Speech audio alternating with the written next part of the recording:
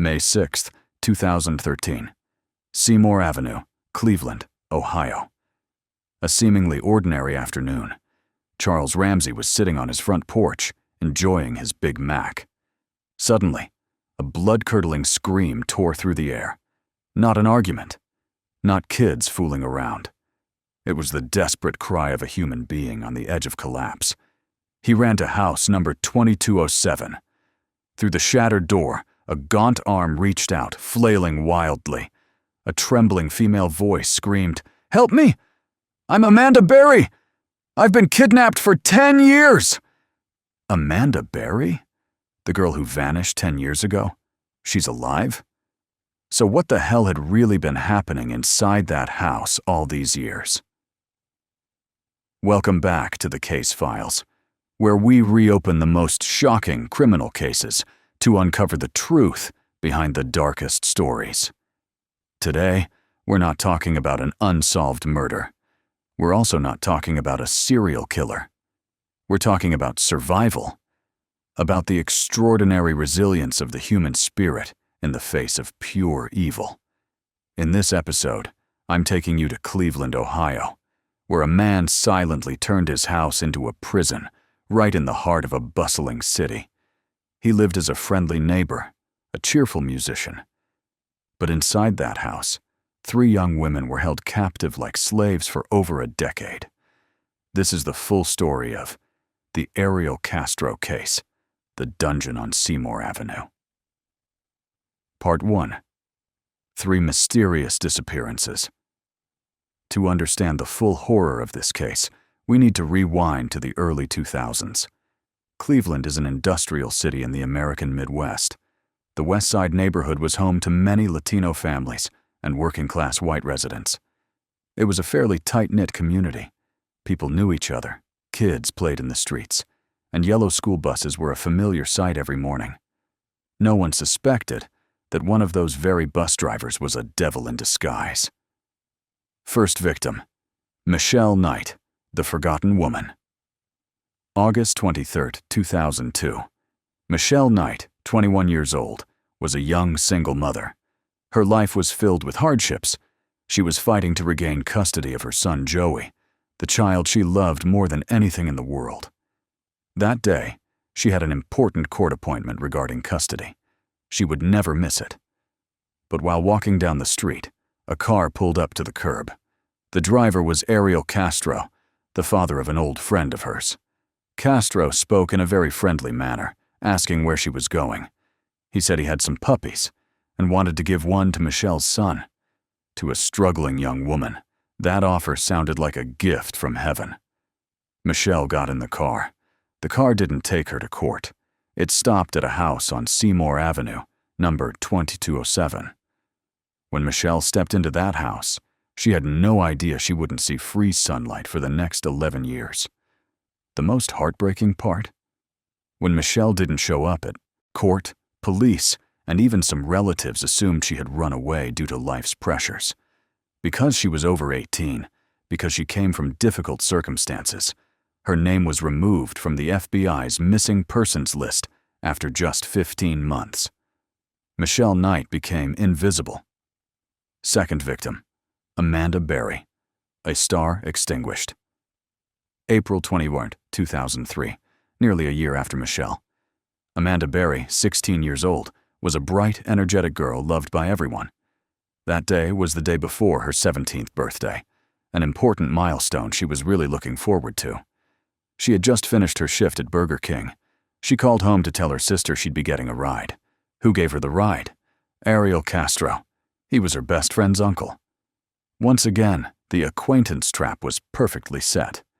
Castro spoke very naturally, wishing her an early happy birthday. But the car didn't stop at Amanda's house. It turned onto Seymour Avenue. By the time Amanda realized something was wrong, it was too late. She was subdued and taken into house number 2207, where Michelle Knight was already being held in darkness. Amanda Berry's disappearance caused shockwaves. The media covered it extensively. Images of the girl with the bright smile appeared everywhere, but no one suspected the cheerful bus driver living just a few blocks away. Third victim, Gina DeJesus, the friend's daughter. April 2, 2004. Gina DeJesus, 14 years old, was just a child. She was best friends with Ariel Castro, Ariel Castro's own daughter. Let's pause for a second to grasp the sickness of this. Castro didn't kidnap strangers. He hunted those who trusted him most, those right beside him. That afternoon, Gina was walking home from school with Ariel. When Ariel called her mother to ask if Gina could come over, but was denied permission, the two girls parted ways. Ariel Castro pulled up in his car. He told Gina, "I saw you with Ariel. Get in. I'll take you to my mom's house to hang out with her." Gina didn't suspect a thing. She got in the car, believing she was about to hang out with her friend. But the car drove straight to 2207 Seymour Avenue. 3 girls, 3 lives, all trapped together in a tomb in the middle of the city. Part interromputo, the 2 faces of the devil. So who was Ariel Castro? How could he hide such a horrific crime for 10 years without anyone discovering it? Born in 1960, Castro was of Puerto Rican descent. In the eyes of his neighbors and colleagues, he was an ordinary man, even cheerful and friendly. He was a school bus driver. Every day, he drove dozens of children to school, chatted with them, ensured their safety. While at home, he was holding 3 girls as slaves. Castro was also an amateur musician, playing bass in local Latin bands. He often hosted BBQs in his backyard, inviting neighbors over, blasting music. This friendly neighbor facade was so perfect that no one heard the strange sounds coming from inside the house. But if police had paid closer attention to his past, they could have prevented this tragedy. In 1993, Castro was arrested for domestic violence. His ex-wife, Gramilda Figueroa, had to flee because he beat her savagely. Broken nose, broken ribs, dislocated shoulder. He once locked his wife in the house, forbidding her from contacting anyone. That was the rehearsal for his later crimes. What sends chills down your spine is Castro's audacity. After Gina DeJesus went missing, he went to her house, hugged her mother to comfort her. He attended candlelight vigils. He handed out missing person flyers. He even played music at a fundraiser to find the victims. He looked straight into the eyes of grieving mothers, offered words of encouragement, then went home, descended into the basement where their daughters were chained, and continued torturing them. That's the pinnacle of sickness. Part 3. Inside the dungeon. Inside house number 2207, 3 girls lived through hell on earth. The house was designed like a fortress. The front door was always locked with multiple layers, with a homemade alarm system. Windows were nailed shut, covered with plywood or heavy curtains. Not a single ray of light could enter. Not a single curious eye could see in. The victims were kept in the basement and upstairs bedrooms converted into prison cells. They were tied with ropes, chained with metal to support beams, beds, radiators. The chain length was just enough for them to stand up or lie down. Castro's method was to break their will. He regularly starved them. He tested them by pretending to go out, then suddenly returning. If he found any sign they intended to escape, he would punish them brutally. He made them watch TV news about their disappearances, pointing at the screen and saying, "The whole world is looking for you, but no one will find you. You belong to me now." He even held annual kidnapping anniversaries with cake and candles, as if it were their birthdays. It was an extremely sick form of psychological torture. The stolen lives. The most agonizing pain wasn't the beatings, but the children who were never born. Michelle Knight endured the most horrific brutality. She became pregnant at least 5 times. Each time, Castro starved her for weeks, punched her in the stomach, did everything to make her miscarry.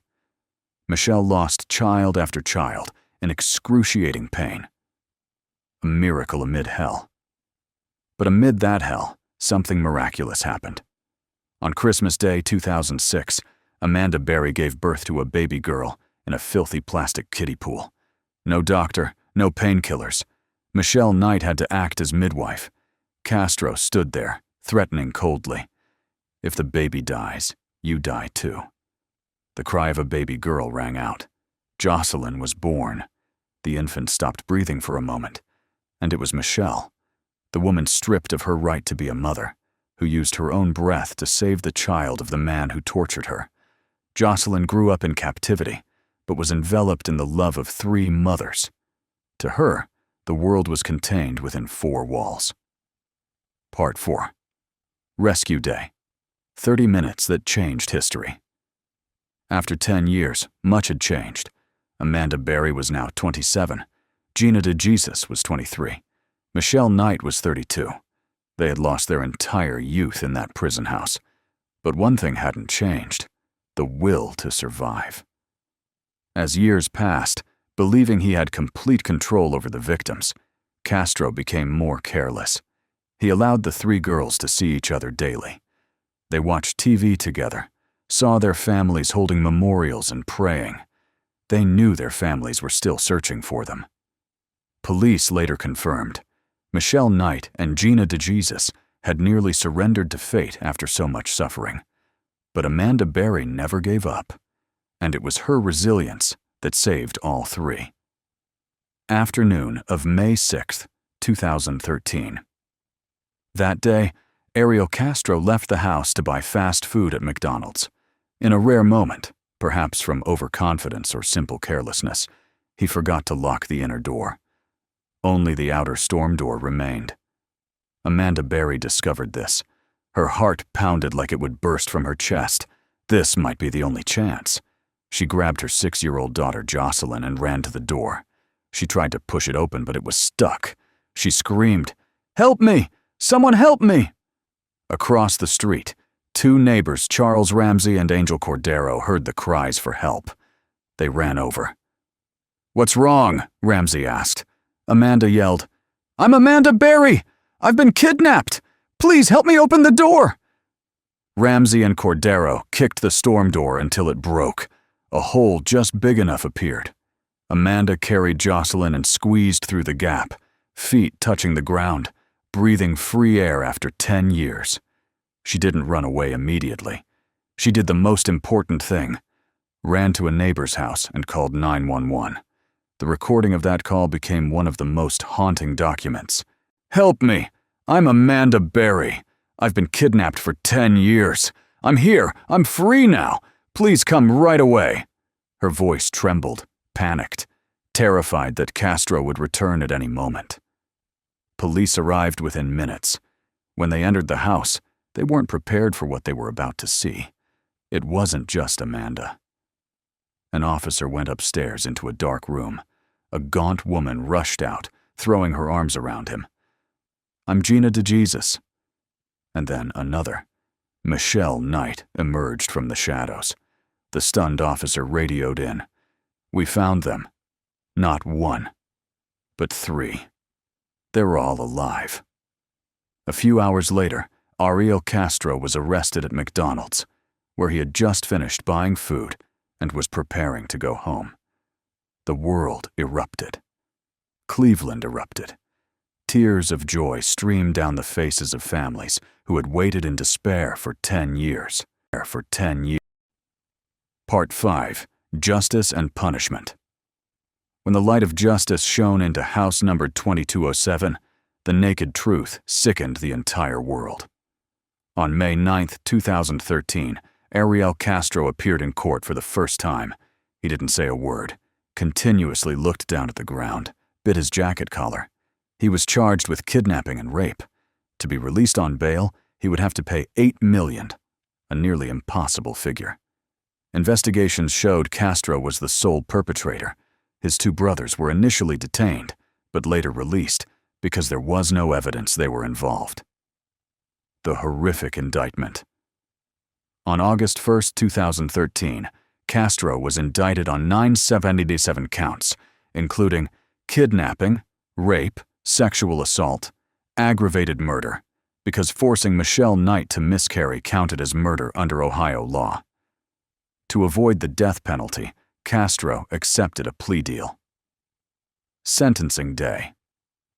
The world held its breath, but the most memorable moment wasn't when the judge read the sentence, but when Michelle Knight, the smallest woman who suffered the most, stood up to face her tormentor. She no longer looked at him with fear. She looked at him with resilience. I spent 11 years in hell. Now your hell is just beginning. I will overcome all this, but you will have to live in hell forever. The judge handed down the sentence. Life in prison without parole, plus 1,000 years in prison, and a $100,000 fine. A symbolic number, confirming he would never, ever breathe free air again. Castro's brazen attitude. At the trial, Castro made a speech that enraged everyone. He blamed his sex addiction, saying, "I'm not a monster. I'm just sick. We had a happy family life in that house." He even claimed the victims weren't abused and could go outside when they wanted. Blatant lies in the face of clear evidence. Part 6. The Coward's End. Justice in the way people expected didn't last long. Just 1 month after receiving his sentence, on September 3, 2013, Ariel Castro was found dead in his isolation cell at the Orient Correctional Reception Center. He hanged himself with a bedsheet. A man who loved controlling others to the extreme ultimately chose suicide to control his own death, fleeing the punishment of law and conscience. Many felt it was too easy an escape for him. But for the victims, perhaps it was true closure. The ghost of Ariel Castro had vanished from this world forever. The house erased. House number 207. Seymour Avenue, the silent witness to the crimes, was completely demolished shortly after. The debris was pulverized and buried, so no one could profit from this pain. Part 7. Life after rescue. After being rescued, the 3 women began their journey of healing. Amanda Berry continued raising her daughter Jocelyn and gradually rebuilt her life. She became a social activist, helping other kidnapping victims. Gina DeJesus also participated in social activities, raising awareness about violence and child abduction. Michelle Knight, who later changed her name to Lily Rose Lee, was the strongest of the 3. She wrote books, appeared on television programs to share her story and inspire others. This case was later made into several films, including Cleveland Abduction, 2015, Kept Woman, 2015, documentary The Cleveland Kidnappings, 2021. Conclusion and message. The Cleveland case isn't just a story about crime. It's a mirror reflecting the terrifying gaps in society. Lessons from the case. 1. Indifference can kill hope. For 10 years, neighbors heard screams, saw unusual signs, but no one called the police. Even when someone did report it, police just knocked on the door and left when no one answered. If we cared more about those around us, if we dared to speak up when we saw something unusual, perhaps this tragedy wouldn't have lasted 10 years. 2. Domestic violence is a warning sign. Castro had a history of severely abusing his ex-wife, but wasn't prosecuted. If the legal system had handled it more strictly from the start, perhaps he wouldn't have had the chance to commit this horrific crime. 3. Acquaintances can be the most dangerous. All 3 victims trusted Castro because he was an acquaintance, a friend's father, a best friend's uncle. This is a reminder that we must teach our children to be vigilant, even with people who seem trustworthy.